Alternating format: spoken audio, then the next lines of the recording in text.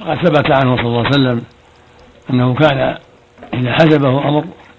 يقول: لا إله إلا الله العظيم الحليم، لا إله إلا الله رب العرش الكريم،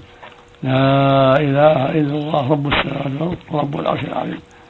هذا دعاء الكرب، ويدعو بعد ذلك بما يهمه، وكان يستعين بالصبر والصلاة إذا حزبه أمر فزع إلى الصلاة وصلى ما تيسر عليه الصلاة والسلام، عملا بقول الله جل وعلا: واستعينوا بالصبر والصلاة.